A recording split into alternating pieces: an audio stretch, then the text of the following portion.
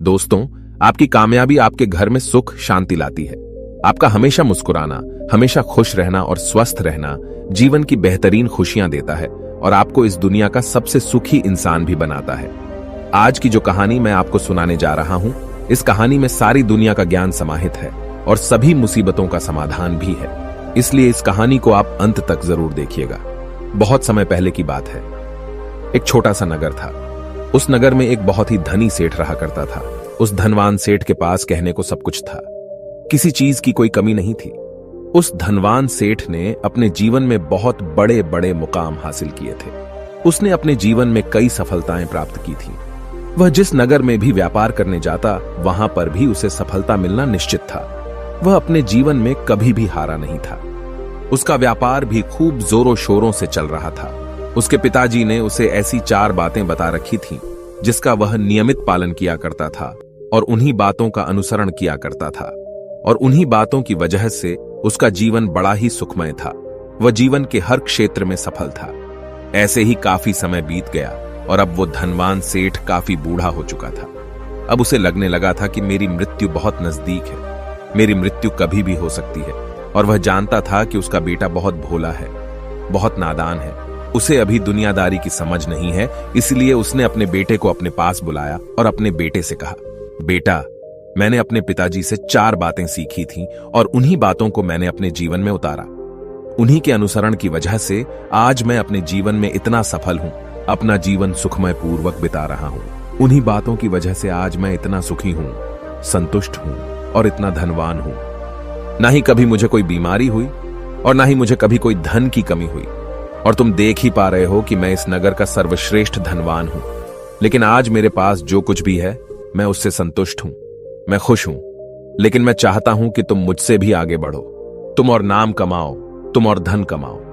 लोग तुम्हारे बारे में जाने, तुम्हें पहचाने, क्योंकि हमारा समय कुछ और था और तुम्हारा आने वाला समय कुछ और ही है। उस धनवान सेठ ने अपने बेटे को अपने और करीब बुलाया और उससे कहने लगा, बेटा, आज मैं तुमको दुनिया की ऐसी 4 महत्वपूर्ण बातें बताने जा रहा हूं जो मुझे मेरे पिताजी ने बताई थी और इसी के कारण आज मैं इतना सफल हूं।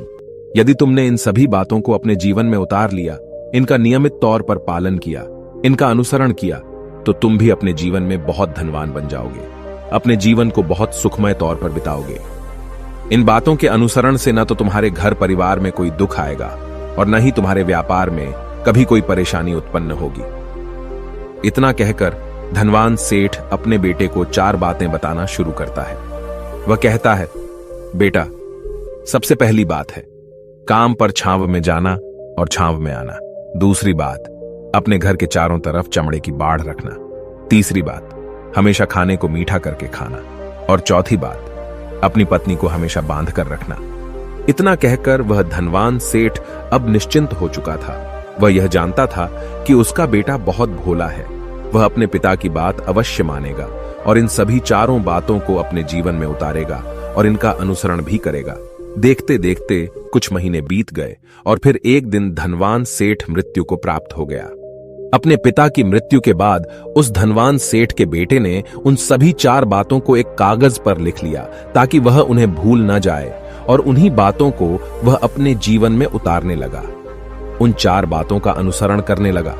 सबसे पहली बात जो उसके पिता ने उससे कही थी, छांव में जाना और छांव में आना, तो उसने अपने घर से लेकर अपनी दुकान तक पूरे रास्ते पर एक टेंट लगवा दिया, क्योंकि उसके पास पैसा तो बहुत था और उसे कोई रोकने वाला भी नहीं था। जब भी कोई उससे पूछता कि आखिर तुमने ऐसा क्यों किया, तो वह उसके जवाब में बस इतना ही कहता कि मेरे पिताजी ने मुझसे ऐसा ही करने को कहा है। इसके बाद उसने अपने पिता की अगली बात का अनुसरण किया।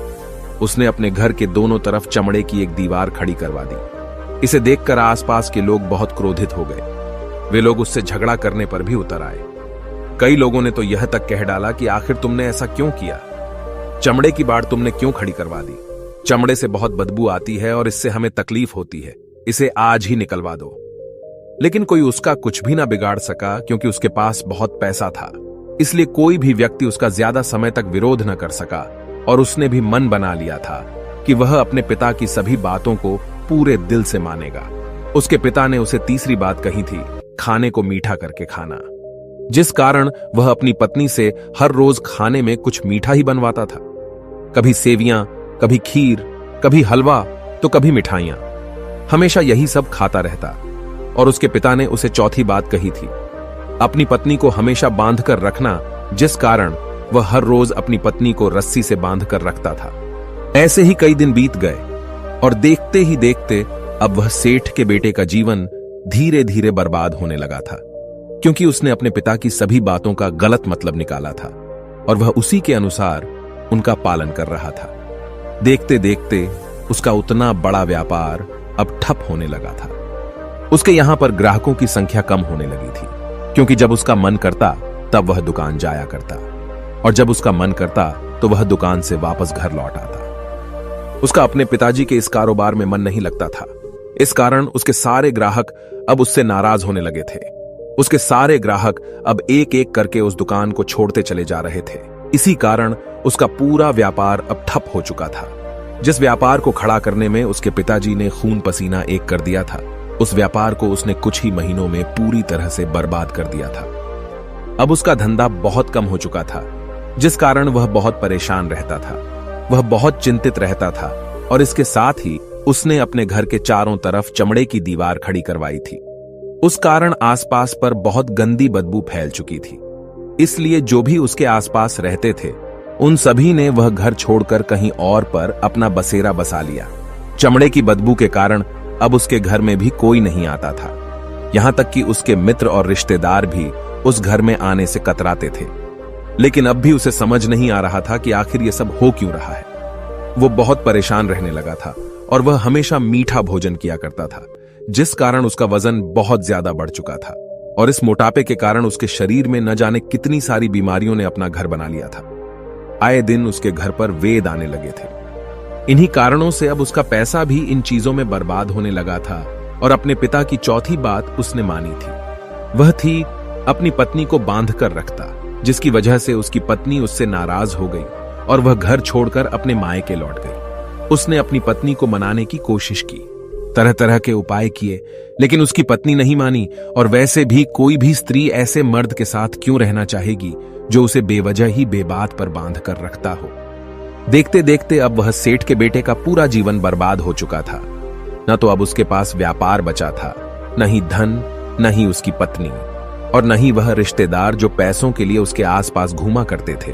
और तो और अब उसका स्वास्थ्य भी ठीक नहीं रहता था, जिस कारण वह बहुत चिंतित रहने लगा था, बहुत परेशान रहने लगा था। उसे यह सब समझ ही नहीं आ रहा था क्या हो रहा है और क्यों हो रहा है।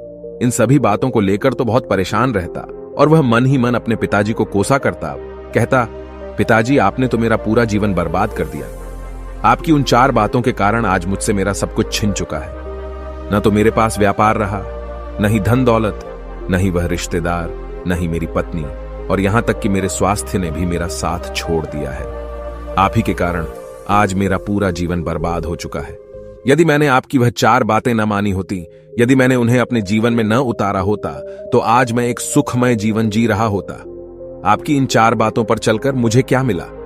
मैंने एक आज्ञाकारी बेटे की तरह आपकी सारी बातें भली भांति मानी, उन पर यकीन किया, उनका अनुसरण किया। लेकिन मैं ही मूर्ख था जो मैंने आपकी उन बातों पर आंख बंद करके यकीन कर लिया। इतना कहकर वह फूट फूट कर रोने लगा। तभी उसे एक दिन पता चला कि उसके पास के नगर में एक साधु आए हुए हैं और वह साधु सभी की समस्याओं का हल बताते हैं। चाहे कैसी भी समस्या हो, वह उसका निवारण अवश्य करते हैं। यह सुनकर उसने सोचा कि चलो एक बार मिलकर देखता हूं, हो सकता है कि मेरी भी समस्या का समाधान मुझे मिल जाए। इस आशा के साथ वह उन साधु के पास पहुंचा। वहां पहुंचकर सीधा उनके चरणों में जा गिरा और जोर जोर से रोने लगा। वह कहने लगा, हे गुरुवर, अब आप ही मुझे बचा सकते हैं। मेरे पिताजी ने तो मेरा पूरा जीवन बर्बाद करके रख दिया। आज मेरी जो भी स्थिति है वह सब मेरे पिताजी के कारण ही है। मेरे पिताजी ने मुझे जैसा कहा मैंने वैसा ही किया। हमेशा एक अच्छे बेटे की तरह उनकी सारी बातें मानी, अपने सारे फर्ज निभाए, और देखिए मेरे पिताजी ने मेरे साथ क्या किया। मरते मरते भी वह मुझे गलत बात सिखा गए और उसका खामियाजा मुझे आज भुगतना पड़ रहा है, क्योंकि मैंने उनकी सभी बातों को अपने जीवन में उतारा, उनका अनुसरण किया, और देखिए आज मेरे साथ क्या हो गया। मेरा तो पूरा जीवन ही बर्बाद हो गया। मैं अब तक यह नहीं समझ पाया कि मेरे पिताजी ने मेरे साथ ऐसा क्यों किया। क्या मैंने उनके साथ कुछ गलत किया था? इतना कहकर वह उन साधु के सामने और भी जोर जोर से रोने लगा। तभी वह साधु महाराज उस सेठ के बेटे से कहते हैं, बेटा चुप हो जाओ, पहले मुझे अपनी सारी बात तो बताओ। आखिर तुम्हारे साथ क्या हुआ है? तुम इस तरह से क्यों रो रहे हो? तुम्हारी इस परेशानी का क्या कारण है?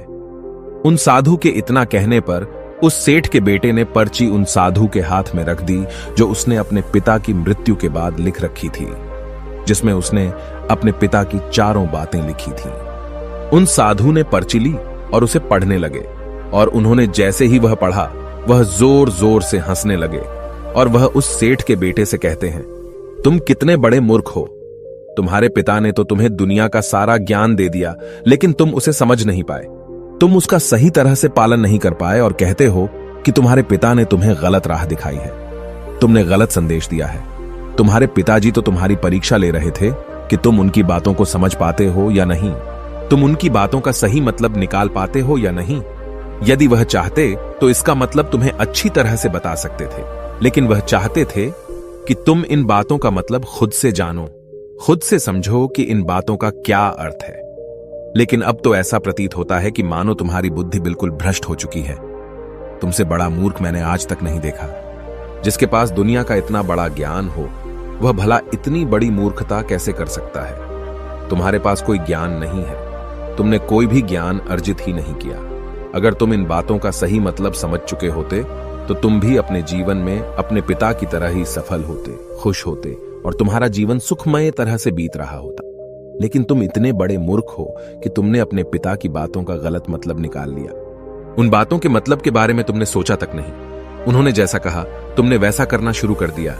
यदि तुम्हें उन बातों का अर्थ नहीं पता चल रहा था तो तुम किसी ज्ञानी से मिल सकते थे, तुम उससे उस बात का मतलब निकाल लेते।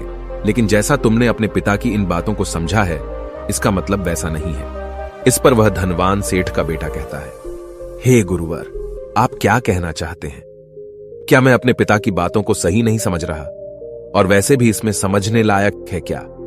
उन्होंने तो सब कुछ साफ साफ ही बताया था और मैंने उन्हें अपने जीवन में उसी तरह से उतार लिया। तो फिर मैंने गलत क्या किया है? इस पर गुरुवर एक बार फिर मुस्कुराने लगे और उस सेठ के बेटे से कहते हैं, बेटा, ये जो बातें लिखी गई हैं, इन बातों के पीछे एक गहरा अर्थ है जिसे तुम समझ नहीं पाए। इसी कारणवश तुमने यह मूर्खता कर दी और इसी कारणवश तुमने अपना पूरा जीवन बर्बाद कर लिया। लेकिन अब भी कुछ नहीं बिगड़ा। अब भी तुम्हारे पास बहुत समय है। यदि तुम चाहो तो अब से मेहनत करके भी तुम अपने जीवन में एक बार फिर से वह खुशहाली व समृद्धि सब कुछ हासिल कर सकते हो। इस पर वह सेठ का बेटा कहता है, ठीक है, कृपया करके मुझे उन चारों बातों का मतलब समझाइए। आखिर उन चार बातों का क्या अर्थ है? इस पर साधु सेठ के बेटे को कहते हैं, तुम्हारे पिताजी ने तुमसे कहा था काम पर छांव में जाना और छांव में आना। इसका मतलब यह है सूर्य निकलने से पहले ही तुम दुकान पर पहुंच जाना और सूर्यास्त होने के बाद ही तुम वापस घर आना, जिससे तुम्हें दुकान पर अधिक से अधिक समय मिल पाएगा। तुम उस काम को अच्छी तरह समझ पाओगे, उस काम को अच्छी तरह से कर पाओगे, उस काम को बढ़ाने में तुम अपना दिमाग लगा पाओगे और तुम अपने काम में तरक्की कर पाओगे। लेकिन तुमने तो इसका गलत ही मतलब निकाल लिया। तुमने तो अपने घर से लेकर दुकान तक एक ऐसा टेंट लगवा दिया जिससे तुम छांव में आ सको और छांव में जा सको। अब तुम ही बताओ, क्या तुमने अपने पिताजी की इन बातों का सही मतलब समझा था? यह सुनकर वह सेठ का बेटा जोर जोर से रोने लगा और कहने लगा, हे गुरुवर, मेरी ही गलती थी। मैंने अपने पिता की इन बातों का गलत मतलब निकाला और इसी कारणवश आज मैं पूरी तरह से बर्बाद हो चुका हूं। मैं ही सबसे बड़ा मूर्ख था। मेरे पिताजी ने तो मुझे इतना महत्वपूर्ण ज्ञान दिया था, लेकिन मैं उस हीरे को पत्थर समझ बैठा। आगे वह सेठ का बेटा उन गुरुवर से कहता है कि गुरुवर, दूसरी बात क्या है, उसका अर्थ क्या है? आगे गुरुवर दूसरी बात का अर्थ समझाते हुए कहते हैं, चमड़े की बाड़ करवाना। इसका अर्थ यह है कि तुम अपने घर में कुत्ता या बिल्ली पालना। जब तुम अपने घर में कुत्ता बिल्ली पाल लोगे तो यह तुम्हारे घर की चारों ओर से रक्षा करेगा, जिससे तुम्हारी धन दौलत पूरी तरह से सुरक्षित रहेगी और तुम बेफिक्र होकर दुकान पर मन लगा सकोगे, बेफिक्र होकर दुकान के कामों को समझ सकोगे और तरक्की कर पाओगे। और तो और तुम्हारे मन में कभी यह भी डर नहीं होगा कि कहीं कोई चोर आकर मेरी संपत्ति न चुरा ले। चमड़े की बाड़ करवाने का असली मतलब यह है, लेकिन तुमने तो चमड़े की बाड़ करवाने का मतलब कुछ और ही निकाल दिया। तुमने तो अपने घर की 2 दीवारों को ही चमड़े से पूरी तरह से भरवा दिया, जिस कारण आसपास गंदी बदबू फैल गई। तुम्हारे आसपास के पड़ोसी भी अपना घर छोड़कर कहीं और चले गए। यहां तक कि तुम्हारे मित्र, तुम्हारे सगे संबंधी भी उस बदबू के कारण तुम्हारे घर पर आने से कतराने लगे। और अब हालत यह हो चुकी है कि ना तो तुम्हारे घर पर कोई आता है और ना ही कोई जाता है। और इसी कारणवश लोग तुम्हें नापसंद करने लगे। और तुम्हारी बर्बादी का यह भी कारण है। आगे सेठ का बेटा कहता है, हे गुरुवर, यह सब तो ठीक है, लेकिन यह खाने को मीठा करके खाना, इसका क्या? मैंने इसका भी अर्थ गलत निकाला है क्या? मैंने तो अपने पिता की बातों के कहे अनुसार ही हर रोज मीठा खाया, और आज देखिए मेरा शरीर कितना वजनदार हो चुका है, जिस कारण मुझे अनेक प्रकार की बीमारियों ने घेर रखा है। क्या मैं इस बात को भी गलत समझ रहा था? इस पर वह साधु उस सेठ के बेटे से कहते हैं, हाँ, तुमने इस बात का भी गलत मतलब ही निकाला है। मीठा करके खाने का अर्थ यह है कि जब भी तुम्हें भूख तेजी से लगे तभी तुम्हें भोजन करना है, न उसके पहले और न उसके बाद। अन्यथा यदि तुम्हें भूख न लगी होगी और तुम्हें भोजन मिल जाए तो तुम उस भोजन की कभी कदर नहीं करोगे। वह रोटी तुम्हें कभी मीठी नहीं लगेगी। फिर चाहे वह भोजन कितना भी स्वादिष्ट क्यों ना हो, चाहे भोजन कितना भी लाजवाब क्यों ना हो, तुम उसकी कदर कभी नहीं कर पाओगे, तुम उसका सम्मान कभी नहीं कर पाओगे। किंतु जब एक व्यक्ति को जोरों की भूख लगी होती है तो उसके सामने यदि तुम सूखी रोटी भी रख दो तो भी वह उसके लिए किसी पंचमेल से कम नहीं है। वह उसे प्रेम पूर्वक खाता है, उसका आदर करता है, उसका सम्मान करता है, और वह रोटी उसे मीठी लगती है। इसीलिए तुम्हारे पिताजी ने यह कहा था कि भोजन मीठा करके खाना, जिससे तुम्हारा स्वास्थ्य भी अच्छा रहेगा। क्योंकि जब एक व्यक्ति को भूख लगी होती है और उस समय पर जब वह भोजन करता है तो वह उसके लिए एक अमृत समान होता है, और वहीं पर जब किसी व्यक्ति को भूख न लगी हो और ऐसे समय पर वह भोजन करता है तो वह उसके लिए विष समान है, वह उसे बहुत नुकसान पहुंचा सकता है। लेकिन तुमने तो इसका भी गलत मतलब निकाला था। तुम हर रोज मीठा खाने लगे, जिस कारण तुम्हारा वजन बढ़ने लगा, और इसी कारणवश तुम्हारे शरीर में अनेक रोग ने अपना घर बना लिया और यह तुम्हें मृत्यु के करीब ले जा रहा था। इसलिए आज से जब भी तुम्हें जोरों की भूख लगे तभी भोजन करना तुम्हारे लिए अत्यधिक फायदेमंद होगा और तुम्हारे शरीर को हमेशा निरोगी बनाने में तुम्हारी मदद करेगा। और जब भी तब भोजन की आवश्यकता न हो, तुम्हें भूख न लगी हो, ऐसे समय पर भोजन कभी ना करना, यह तुम्हारे लिए बहुत नुकसानदायक साबित होगा। और यही तुम्हारी तीसरी गलती थी, जिस कारण तुम्हारा पूरा जीवन बर्बाद हो रहा था। आगे सेठ का बेटा कहता है, चौथी बात तो बिल्कुल साफ लिखी गई है, अपनी पत्नी को हमेशा बांध कर रखना, तो इसका अर्थ भी कुछ और है। क्या मैंने इसका भी गलत मतलब निकाला है? इस पर साधु कहते हैं, हां बेटा, अपनी पत्नी को बांध कर रखने का अर्थ यह नहीं है कि तुम रोज रस्सी से बांध कर रखो, बल्कि इसका अर्थ तो यह है कि जब भी तुम दोनों के बीच में कोई आपसी मतभेद हो जाए, कुछ नोक झोंक हो जाए, तो तुम अपनी पत्नी पर हाथ मत छोड़ना। जब तक एक स्त्री का पति उसके साथ रिश्ते में बंधा होता है तो वह अपने रिश्तों में बंध जाती है और वह अपने रिश्ते को पूर्ण तरीके से निभाने का हर मुमकिन प्रयास करती है। और ऐसे समय पर यदि तुम्हारे बीच कुछ नोक झोंक हो जाए, कुछ गलतियां हो जाए, और ऐसे समय पर तुम उस स्त्री का हाथ नहीं छोड़ते, तो वह तुम्हें छोड़कर कभी नहीं जाएगी। लेकिन इसका अर्थ यह भी नहीं है कि तुम अपनी पत्नी पर अत्याचार करो, बल्कि तुम्हारे पिताजी यहां पर कहना चाहते थे कि जो भी कोई व्यक्ति तुम्हारे साथ किसी रिश्ते में जुड़ा हुआ है, उसे अपने रिश्ते में इस तरीके से बांध लो कि वह तुम्हारे साथ झगड़े और नोक झोंक के बाद भी नुकसान न पहुंचा सके, वह तुम्हारे साथ कुछ गलत न कर सके और तुम्हारा फायदा न उठा सके। अपने रिश्तों को हमेशा बांध कर रखना, उन्हें खुला मत छोड़ना, अन्यथा वह तुम्हारे हाथ से फिसल जाएंगे। और हम में से अधिकांश लोग अपने जीवन में यही गलतियां करते हैं और अपने नए रिश्तों को कभी समय नहीं देते, जिस कारण उनका रिश्ता उतना मजबूत नहीं हो पाता और इसी कारणवश वह अपने रिश्ते से हाथ धो बैठते हैं। और यही गलती तुमने भी की। तुमने तो अपनी पत्नी को बांध कर रखा था, तो भला वह तुम्हें कैसे माफ कर सकती है? और यही कारण है कि वह तुम्हें छोड़कर चली गई। तुमने जो अपनी पत्नी के साथ किया वह माफी के लायक नहीं है, लेकिन तुम्हें अपनी पत्नी से माफी मांगनी चाहिए, क्योंकि तुमने गलत किया है।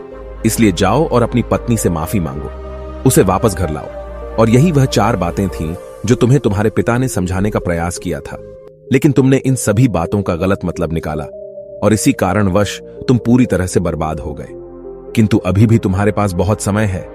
यदि तुम इन सभी बातों का सही से अनुसरण करते हो तो तुम अपने जीवन में एक बार फिर से वह सब कुछ हासिल कर सकते हो जो तुमने खोया है। ये सारी बातें हमारे जीवन की पूरी परेशानियों का समाधान है। तुम किसी भी तरह से इनको देख सकते हो। यदि तुम कामयाब होना चाहते हो तो तुम्हें मेहनत करनी ही होगी। सूर्य निकलने से पहले तुम्हें अपने घर से निकलना होगा और हमेशा सूर्य के ढलने के बाद ही तुम्हें घर वापस लौटना होगा, ताकि धन दौलत को कोई तुमसे छीन न ले। तुम्हें अपने रिश्तों को कुछ इस तरीके से बांधना होगा ताकि वह रिश्ते तुम्हें परेशान न करें, तुम्हें तकलीफ न पहुंचाएं, तुम्हारा फायदा न उठाएं। और हमेशा एक अच्छा और स्वस्थ भोजन करना जब तुम्हें भूख लगी हो, ताकि तुम्हें जो भी सांसें मिली हैं तुम उसे खुशी खुशी जी सको। और अपने रिश्तों को हमेशा बांध कर रखना, उन्हें खुला मत छोड़ना, अन्यथा वह तुम्हारे हाथ से फिसल जाएंगे। और अपने घर में अवश्य ही कुत्ते या बिल्ली को जरूर पालना, ताकि तुम्हारा धन हमेशा सुरक्षित रहे। इन सभी बातों का अपने जीवन में अनुसरण करने के बाद तुम अपने जीवन में सब कुछ एक बार फिर पा सकते हो जो तुमने आज तक खोया है, और हो सकता है कि तुम इससे भी अधिक उन्नति कर पाओ, इससे भी अधिक समृद्धि पा सके, अपने जीवन को खुशहाल और सुखमय बना सके। इतना कहकर साधु शांत हो गए और सेठ का बेटा भी अपनी सभी गलतियों को समझ चुका था। उसने उन गुरु को प्रणाम किया और वापस अपने घर लौट गया। उसने उन सभी चारों बातों को अपने जीवन में उतारा, उनका सही सही अनुसरण किया। उसके बाद से उसके जीवन में सकारात्मक प्रभाव दिखने लगे। वह एक बार फिर से अपने व्यापार को खड़ा करने में सफल रहा। वह एक बार फिर से अपनी पत्नी को घर लाने में सफल रहा, और देखते ही देखते उसका जीवन सुखमय और आनंदमय हो गया था। मुझे उम्मीद है कि आपको यह कहानी पसंद आई होगी और आपने इससे कुछ सीखा होगा। कहानी के बारे में अपने विचार आप हमें नीचे कमेंट बॉक्स में कमेंट करके बता सकते हैं। जाने से पहले वीडियो को लाइक करें और चैनल को सब्सक्राइब जरूर करें। नमो बुद्धाय।